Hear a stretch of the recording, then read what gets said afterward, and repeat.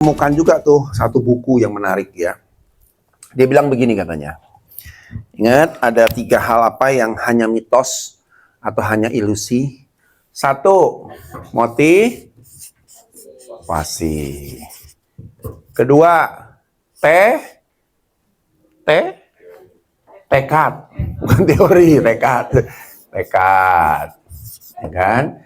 Yang ketiga, apa? Law of attraction. Ini semua hanya mitos dan ilusi. Ya kan? Walaupun saya banyak ngajar law of attraction, benar.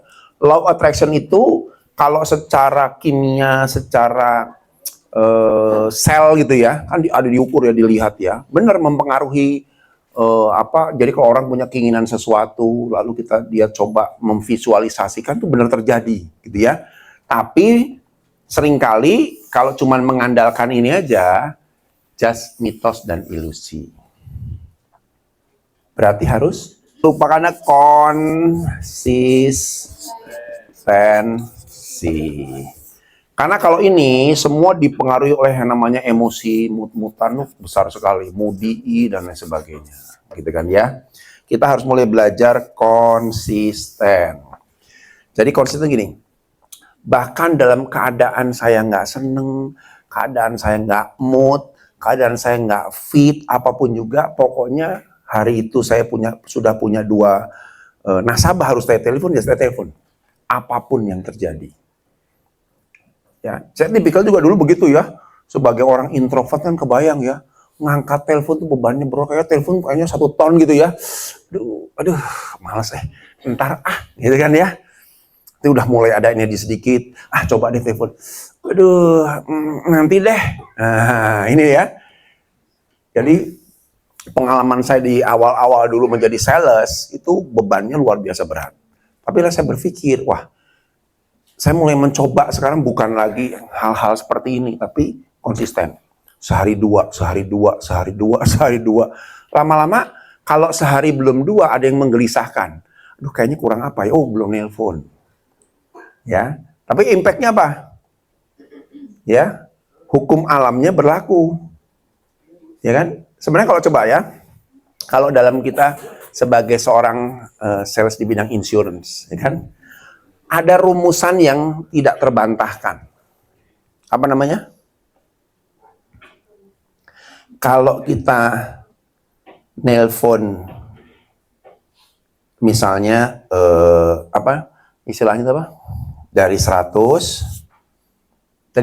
yang kita telepon, yang kemungkinan angkat berapa orang? 50. Yang kemungkinan orang akan angkat ya. Lalu kemungkinan orang itu tertarik berapa orang? 30. Yang kemungkinan orang mulai interest berapa orang? 10. Yang kemungkinan deal 1. Bisa kebayang nggak? Persentase kita tuh begitu. Jadi untuk dapat 1 kita butuh 100. Nah sekarang kalau kita nggak konsisten dengan 100, kita telepon sehari 2, sehari 2, sehari 2, ketemu nggak 100? Nggak ketemu. Sampai 3 tahun baru dapat 1. Karena apa? Karena kita baru dalam 2-3 tahun baru 100 orang kita telepon. Berarti kita banyakin ini dengan cara konsisten, nggak perlu limut-mutan, nggak perlu lagi otak sumpek dan lain sebagainya. Suatu hari jumlah ini nggak bisa dibohongin akan menemukan 1. Nah ini salah satu membuat kita lebih tenang ya ketika kita melakukan proses penjualan. Sampai sekarang masih tuh. 15 lembar, udah sehari 15 lembar. Pagi belum sempat, siang 15 lembar. Nanti sore 15 lembar. 15 kali 30 hari berapa? 2 buku loh tuh, 1 bulan. Kebayang nggak? Berapa buku saya baca dengan konsisten seperti itu. Sama dalam proses penjualan juga. Konsisten aja. Jangan ngikutin perasaan. Jangan ngikutin mood-moodan. Tak, dan sebagainya. Gitu ya, kira-kira ya. Oke, good.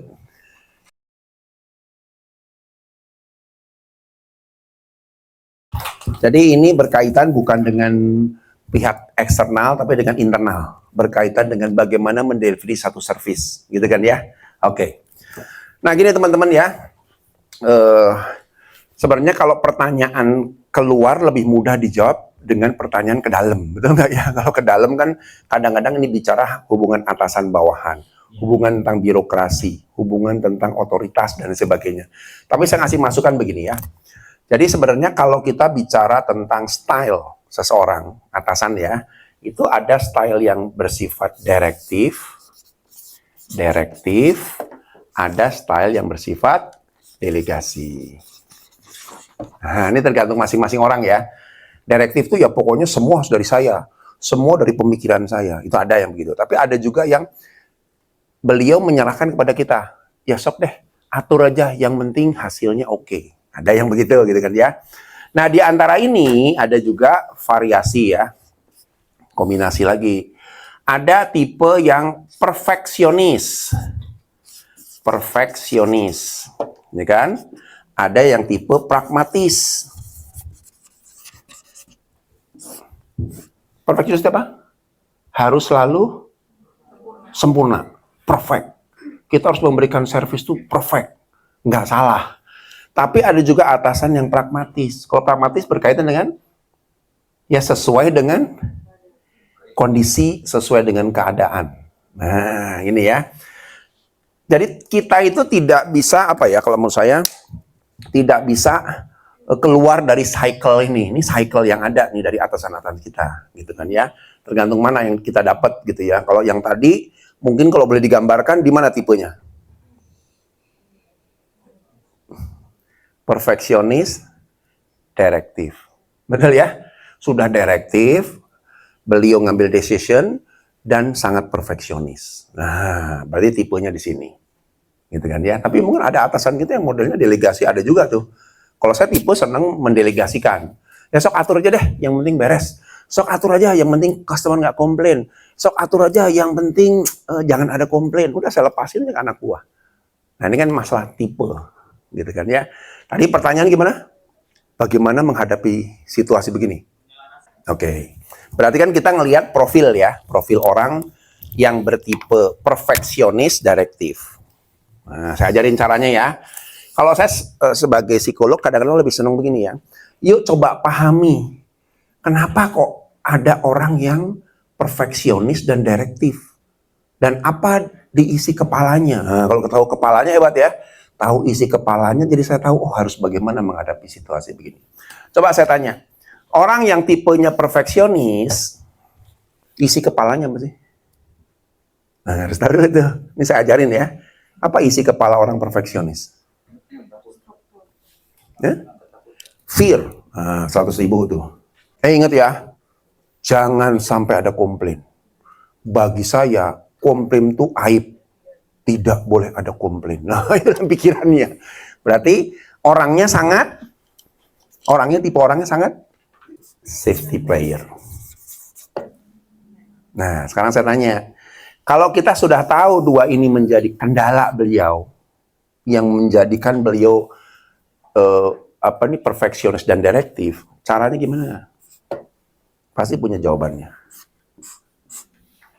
Kitanya harus bagaimana? Harus selalu berargumen dengan beliau tuh bicara data, fakta dan data. Satu kunci ya. Jadi nggak bisa bilang, enggak tuh Pak, saya udah lihat kelihatannya sih nggak ada masalah kelihatannya. Hati-hati tuh kata kelihatannya, mungkin, kayaknya. Nah ini nggak bisa diterima oleh beliau. Kok kamu pakai asumsi sih? Saya pengennya faktanya gimana? Bener yakin nggak? Nah, satu ya. Berarti kita harus menguasai fakta-fakta dalam berargumen. Yang kedua apa? Dia orang yang berani berisiko kalau yakin 100%. Yakin dulu nih, bener nggak Anda bisa meyakinkan saya? Bener nggak ketika saya menjelaskan pada beliau tuh, apa yang kita omongkan tuh membuat dia tenang? Nah, yang kedua nih. Yang ketiga, kadang-kadang ya inilah yang kita sajikan. Tapi ini belum tentu berhasil loh ya, kalau orangnya sangat direktif dan sangat perfeksionis memang susah. Kita nggak bisa apa-apa. Tapi minimal kita tahu titik lemahnya di mana kalau saya berargumen dengan beliau. Perfeksionis berpaduan dengan direktif. Ini kan saya bilang kemarin ya, 3 hal yang dalam hidup kita nggak bisa dipilih apa? kapan kita meninggal, lahir dari keluarga apa, dan siapa atasan kita, gitu ya. Jadi ya inilah ya teka-teki silang kehidupan kita. Ya, bisa dapat begini-begini, dapat begini-begini juga ada, dapat yang begini-begini atau begini-begini ada, ya itu konsekuensi kita. Makanya kita harus beradaptasi dengan situasi. Ya. Gitu ya. Mungkin saya akan melihat wajahnya nggak memuaskan. Kok gitu doang, Pak? Ini saya pusing loh. Tapi memang begitu kenyataannya. Kita nggak bisa milih atasan kita. Tapi minimal kita lihat. Jadi kalau contoh, kalau misalnya tipe yang ini gimana? Ya punya kesulitan sendiri-sendiri. Punya konsekuensi sendiri. Kadang-kadang kalau yang ini ya, ini sama ini, kelemahannya apa? Atasan yang delegasi, sudah gitu pragmatis. Sering semuanya tanggung jawab kita. Yuk atur aja. Ya, saya mau golep dulu. Bentar ya, sorry ya. Udah kita pusing. Wah, jadi keputusan gimana ya? Nah, repot kan ditelepon. Wah, udah nggak diangkat-angkat. Ini depan klien nih. Saya harus mutusin. Pernah begitu nggak? Aduh, gimana ya nih? Nah, nggak salah juga. Ada masalah juga tuh. Kalau ini sama ini pusing juga nih. Ya, gitu kira-kira. Gitu ya? Agak pertanyaannya bagus ya. Terakhir. Sebelah sini. Udah ya? Udah. Sudah semua? Tadi siapa yang belum? Ya, satu lagi ya. Tadi kok baru 4 ya? Ya udah. Udah ya? Oke, baik ya. Nah, kita lanjutkan ya, teman-teman ya. Jadi, Pak Ismail bisa bantu? Nah, kita masuk kepada teknik sekarang. Bagaimana tekniknya, termasuk komunikasi, bagaimana, dan lain sebagainya. Jadi sebenarnya kalau saya lihat, saya boleh rangkum ya. Jadi bahwa teknik komunikasi itu ada polanya. Template yang seharusnya kita tahu, sehingga kita begitu approach pada orang lain, kita tahu tekniknya, seninya ya. Nah, Nah ini ya, strategi selling kita di mana sih? Dari mulai yang soft sampai hard. Yang soft itu yang komoditi. Ya, yang orang butuh. Nggak perlu iklan, banyak-banyak orang kayak beras. Kalau beras, Anda perlu cari iklan nggak? Nggak kan dia? Yang penting ada beras, harganya murah, beli titik. Nah, berarti itu yang soft. Tapi yang hard selling tuh mulai dari barang mewah, ya. Kalau ada jam tangan yang 2M, 3M, 30M kebeli itu gimana caranya ya? Nah, ini yang hard selling. Tapi juga karena pangsanya ada, nggak sulit gitu ya. Lalu ada jasa konsultan, jasa hukum. Nah, kalau dari antara gradasi soft sampai hard, insurance di mana? General insurance. Kenapa kok hard?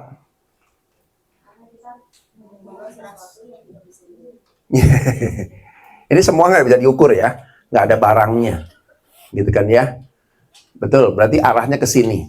Tapi dibanding barang mewah, ayo insurance dikompetisikan dengan barang mewah, lebih rumit yang mana?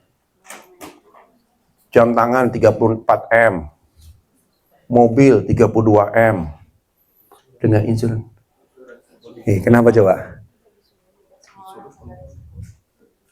Ingat, itu semua jualan produk. Mereka terima di depan barangnya. Kita jualan jasa di ujung barangnya. Lebih sulit insurance. Ya, gampang ini mah. Nah, mungkin mirip-mirip insurance itu mirip-mirip ini nih. Nah, ini nih yang saya sering alami nih. Mirip-mirip tuh. Kan ketika Pak minta konsultan mengenai backlog analisis dong. Oke, kita siapin berapa bulan? 3 bulan. Siapin timnya. Ini kita ukur surveinya. Orang juga nggak lihat tuh. Kita cuma datang, ngoceh sana, ngoceh sini, kirim survei, masih bingung. Pak, ini udah 2 bulan kok Bapak nggak ngapa-ngapain, bolak-balik aja. Oh, ini saya mikir, Pak. Nah, itu harus saya yakinkan kepada manajemen bahwa saya sedang mengerjakan ini, sampai nanti akhirnya begini, sampai nanti perubahannya kita ukur. Nah, mirip-mirip ya. Tapi antara konsultan manajemen dengan insurance, lebih rumit yang mana? Insurance, kembali insurance. Karena kalau di tengah-tengah kan saya terus approach. Misalnya kita project 3 bulan atau 4 bulan gitu ya. Setiap minggu saya harus laporan ke mereka. Gini Pak, tahapannya ini. Kita sudah meeting, sudah interview dengan orang-orang dan sebagainya. Semua tertata, informasinya clear. Kalau Bapak enggak kan ya? Begitu deal, nunggu gitu ya sampai ada kejadian. Nah selama ini ada approach nggak? Atau ya dibiarin aja dah, selama dia anteng, bayarnya oke, ya sudah kita diemin. Betul nggak? Lebih rumit loh itu. Tiba-tiba di ujung, boom, ada problem. Ada problem tidak sesuai dengan kesepakatan. Mulailah muncul komplain. Lebih rumit. Gitu kan ya? Even jasa hukum aja masih lebih ringan. Jadi sebenarnya kalau saya lihat, tataran tertinggi dari semua penjualan ya produk teman-teman. Produk yang munculnya di belakang kalau ada kejadian. Gitu kan ya. Tapi jangan terus berat banget buat hidup kita. Nggak juga gitu kan ya. Makanya kita belajar hari ini gimana tekniknya. Nah, kompetensi sales ya. Ini juga sadar ya. Sales yang paling basic itu lebih banyak ke transactional selling. Transaksional. Saya ada barang, saya jual, Anda beli. Saya ada barang, ada produk, saya jual, Anda beli. Udah gitu doang. Nah, tapi sebenarnya kita harus mulai paham bahwa kita itu masuknya, kalau kita jualan itu ada yang namanya konsultatif selling. Kenapa namanya konsultatif? Karena apa? Peran kita bukan sekedar harus ngerti, kita tawarkan, orang beli, selesai. Enggak. Tugas kita ketika menjual, kita harus seperti seorang konsultan, advisor. Jadi teman-teman ini advisornya organisasi. Mirip kayak orang hukum. Ya, begitu di-hire kan, yuk dampingi saya ya, saya kena kasus hukum nih. Oke, siap Pak, saya bereskan semua. Nah, itu pengacara-pengacara kayak begitu. Nah, mirip-mirip kita kayak begitu. Kita harus dampingin. Ya, nah ini. Ada yang need satisfaction seller, nih masih sini. Ada resourceful expert, jadi kita ada expert yang dampingin. Nah ini hukum tuh di sini nih, hukum. Ya, ada yang namanya loyal champion, ya kan? Ini kalau kita udah nge-grab, misalnya apa? Ini apa contohnya? Kalau dia misalnya contohnya apa tuh? Kalau di ini tuh klub-klub ya, klub gitu kan ya, biasanya loyalnya jaga nih supaya jangan pergi nih. Ya kan klub-klub yang mahal tuh yang sekali masuk semua fasilitasnya udah oke, itu sekitar ratusan juta sebulan gitu kan ya. Nah ini begini. Ada lagi yang trusted advisory, coba lihat kita di mana nih posisinya nih. Resource expert, betul. Tapi ada nggak orang yang bisa menjelaskan ketika misalnya tiba-tiba muncul klaim? Ada nggak satu orang yang mendampingi ya? Pak tenang Pak, nama saya Edwin, saya akan mendampingi Bapak sampai klaimnya beres semua. Semua pertanyaan saya yang jawab, gitu nggak? Nah, harus ada expertnya, berarti kan ya. Nah, ada nggak expertnya nih yang bisa menjelaskan kalau sudah misalnya muncul dispute, muncul masalah, muncul klaim yang tidak sesuai dan lain sebagainya. Nah, berarti ada juga di sini kan ya, harusnya ada. Ya mungkin teman-teman pada saat nanti menjelaskan komplain, kenapa pengetahuan kita menghadapi komplain itu harus dalam tingkatan tertentu. Karena mereka kan nggak lihat siapa yang expert sih. Yang penting, oh ini yang terima telepon saya, berarti ini orang dari MSIG yang expert, yang bisa bantu saya, bantu problem saya. Ya mungkin juga kadang-kadang harus begini ya, jadi advisor. Nah makanya mungkin di antara tengah-tengah sebelum terjadi klaim, sales masih ada hubungan nggak dengan kliennya? Nah, di situ kuncinya sebenarnya. Karena kita tuh membantu mengadvisory tahap demi tahap. Ya, jadi minimal ya ditelepon lah 2 bulan sekali kayak 3 bulan sekali. Jadi engage-nya tetap ada gitu ya. Nggak lepas tiba-tiba di-handle sama orang lain. Ya pasti telepon salesnya udah nggak ada. Pak, aduh gimana nih? Saya dulu dikejar-kejar, sekarang salesnya hilang nih. Saya bagaimana nih? Ini processing bingung lagi. Dokumennya nggak lengkap dan misalnya. Itu kan jadi masalah besar buat organisasi. Nah itu semua harus tertata dengan baik dalam konsultasi selling. Ya, jadi semua orang yang ada dalam organisasi harus sebagai konsultan. Bisa tahu tahapannya. Walaupun mungkin saya nggak expert semua ya. Tapi minimal tahu, oh kapan ini saya alihkan ke expert, kapan saya bisa jawab, oh ini harusnya ke sini, ini harusnya ke sini, ini harus dikembalikan salesnya, ini harus bagian dokumentasinya dan lain sebagainya. Semua harus clear. Jadi kalau kayak kita mainin itu, orang lain hanya tinggal menikmati apa? Servisnya. Tapi lempar-lemparannya harus clear. Oh dari sini ke sini dong. Jangan nanti dari sales ke sini. Oh gue nggak tahu dokumennya, nggak tahu udah hilang. Lempar ke sini. Gue juga nggak tahu loh kemana loh. lempar ke sini. Ah, gue nggak tahu, gue baru juga di sini. Nah, pusing nih, nggak beres-beres nih, cuma lempar-lemparan di sini.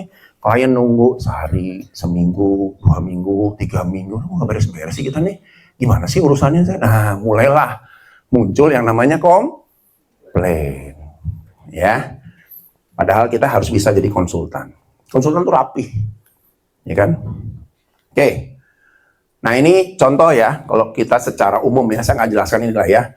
Ini lebih ke pre-call, nanti harus bagaimana. Lalu di sini, ini semua sudah by konsultatif ya. Jadi benar-benar kita jadi seperti konsultan, yang expert di bidang itu. Create interest, offer solution, yang menawarkan solusinya apa, handling objection. Bahkan kita harusnya mulai begini loh ya, artinya kadang-kadang di sini kalau masing-masing produk general insurance, setiap orang menguasai semua atau sebagian. Oh, saya menguasai motor doang. Harus menguasai. Nah, apalagi kita punya produk lengkap kan.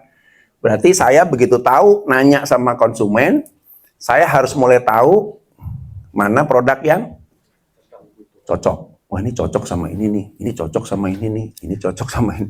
Itu dari jauh tuh udah bisa ketahuan gitu produk mana yang lebih pas. Gitu ya kira-kira ya. Oke. Nah, sekarang kita juga akan tahu customer-nya. Ini ada jenis customer ya, kita lihat ya.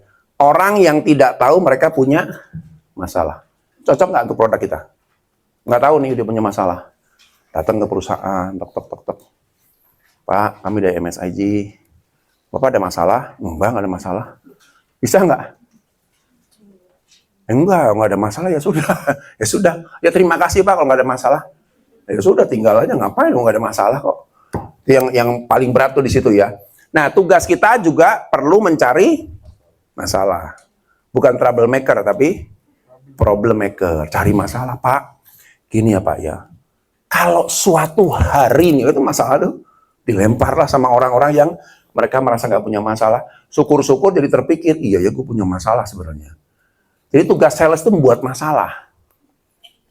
Ya, dari orang anteng diganggu. Jadi teman-teman nih, kan saya udah bilang kemarin ya, kalau cari sales itu, kalau saya ya cari orang yang ditanya, Bapak dulu Mas dulu waktu SMA-nya suka iseng? Oh suka Mas, saya suka ngisengin orang, cocok. Mana sales itu harus suka ngisengin orang, gitu ya. Waduh suka gangguin orang nggak? Oh seneng. Pak, lu Bapak suka gelisah nggak ngelihat temen nganggur gitu digangguin? Wah cocok. Karena itulah tugas kita gangguin orang. Gitu ya. Terus yang kedua, orang tahu dirinya punya masalah dan tidak merasa punya masalah. Dia tahu, tapi kayaknya bukan ini deh masalah saya. Nah, ini juga masih perlu di-approach ya. Lalu orang tahu dirinya punya masalah dan belum sadar masalahnya. Kalau ini tidak merasa, ini belum sadar nih bahwa itu masalah. Ada nggak yang begini? Ayo, ada nggak? Contohnya apa? Kalau yang teman-teman tawarkan. Kapan konsumen ini tahu dirinya punya masalah tapi nggak sadar itu masalah? Lewat insurance ada nggak nih? Ini sasaran kita di sini. Kalau sudah begini, ini sasaran masuk produknya kita lebih mudah, gitu ya. Terus ada lagi, orang tahu dirinya punya masalah tapi tidak tahu harus melakukan apa-apa lagi ini. Langsunglah, nggak usah panjang lebar, technical sellingnya masuk gitu kan ya. Orang tahu mereka punya masalah dan tahu harus melakukan apa. Udah jualannya lancar. Orang tahu mereka punya masalah dan ingin segera masalahnya selesai. Deal, pasti. Ini petakan dulu nih. Jadi jangan ke yang dua ini Pak, kalau dua ini wasting time. Mana waktu nanya tok sales atau kita lihat WA, lihat bahasanya. Lihat statementnya, lihat responnya. Kalau yang dua ini ya udahlah tinggal dulu lah. Saya catat dulu aja nanti kapan-kapan saya follow up lagi, gitu ya. Kecuali teman-teman mau langsung ngambil action untuk apa? Buat masalah, ya upselling ya. Cari masalah lah, gangguin orang yuk, gitu kan ya, gitu kira-kira. Oke, sampai sini ada pertanyaan nggak? Ada masalah, ada pertanyaan maksudnya. Ada pertanyaan? Ya, oke ya, itu ya. Nah, ini sama nih ya, penolakan kata benda abstrak dari kata kerja menolak. Penolakan itu karena dia menolak, gitu kan ya. Supaya nggak bingung ini ya. Menolak tuh apa sih? Karena ini istilah kamusnya ya, mendorong, enggak lah, nggak mau, gitu kan ya. Ya, mencegah, tidak menerima dan lain sebagainya, ini sangat banyak ya. Nah, kita lihat mendorong balik. Jadi sebenarnya mendorong balik. Ya. Jadi orang yang namanya orang menolak itu kalau dia merasa terganggu, enggak lah, gitu kan ya. Minimal seperti itu. Penolakan terjadi bila kita terlalu keras mendorong atau menarik seseorang. Nah, ini makanya nggak cocok kalau kita di bidang insurance kayak soft selling tadi, nggak cocok tuh. Ingat, kita harus masuk mengedukasi orang dulu. Bahasa kita, cara kita kayak konsultan. Ya kan?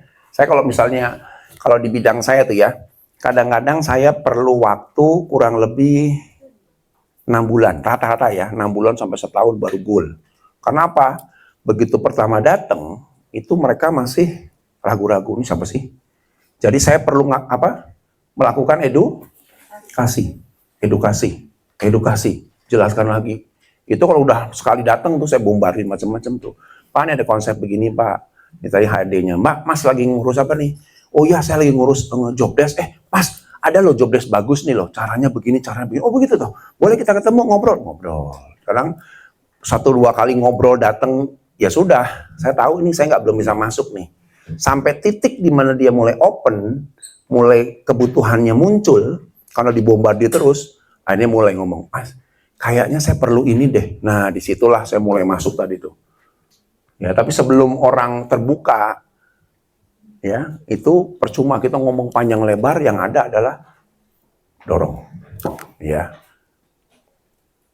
gitu ya teman-teman ya.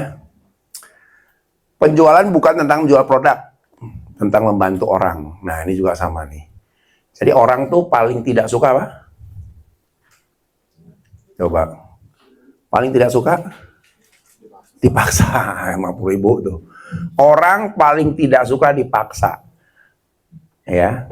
Orang paling seneng itu kalau, coba kan ada apa? Coba kalau orang introvert ya, lagi ke toko gitu ya. Apa yang terjadi coba? Kita lagi lihat nih, dideketin sama SPG-nya. Ini SPG-nya berpikir, wah ini ada tamu kan, kita harus, ini tamu nih ke toko gua nih, kita harus melayani. Mbak, ada yang bisa saya bantu? Umumnya gimana orang introvert? Nggak suka ya? Kepo amat sih. Ada yang bisa bantu Mbak? Ini bagus loh, ini bagus loh. Ngapain sih lo? Betul nggak? Nah sama, kita harus pahami dulu, customer kita juga begitu. Kalau kita terlalu nge-push, ngedorong, mereka pasti, apa sih lu kepo amat. Nah, jadi kalau belum siap kita nggak bisa masuk biasanya, gitu ya. Tapi kalau orang sudah manggil kita, nah makanya saya kadang-kadang kalau ngajar di beberapa perusahaan gitu ya, terutama yang mereka servis, saya bilang amati dulu. Soalnya saya tanya, gaya jalannya orang ekstrovert sama introvert udah kelihatan nggak? Gimana? Kalau orang introvert? Ya? Masa gini ngeliat barang di sini masa gini? Nggak mungkin begitu. Itu lagi nyari duit, itu mana duit enggak ya? Coba. Kalau ekstrovert masuk toko gimana? Cegreng. Wah kan gitu ya. Oh itu orang ekstrovert. Ya, oh ini ekstrovert nih, baru deketin sama SPG-nya. Kalau ekstrovert. Tapi introvert, hati-hati. Klining. Oh, liatin dulu. Ya kan begitu kan ya? Ya pelan, celinguk. Jangan deketin. Biarin dia puas keliling-keliling dulu. Tapi jarak tertentu deketin gitu ya. Nunggu sampai dia bilang, Mbak, saya pengen nanya ini. Wah, udah, berarti udah open. Ada kebutuhan, kita deketin. Nah, persis sama sebenarnya. Hanya kita berbedanya karena kita sales ya, bukan SPG ya. Berarti kan peka juga nih. Oh, kalau saya dipanggil perusahaan, ini orang-orangnya model apa? Sehingga saya nggak bisa main nge-push gitu aja, nggak bisa. Nggak bisa main, kami Pak, dari MCG, begini Pak ya, saya jelaskan dulu. Program, wow. Set, loh, kemana orang-orangnya? Oh, hilang. Karena apa? Mereka ngapain sih nih orang nih? Nah, ini kan jualan untuk membantu apa? Customer. win-win. Walaupun win-winnya ya depend on ya, masalah win-win ya, artinya kita problem solvingnya selesai, kita bisa jualan.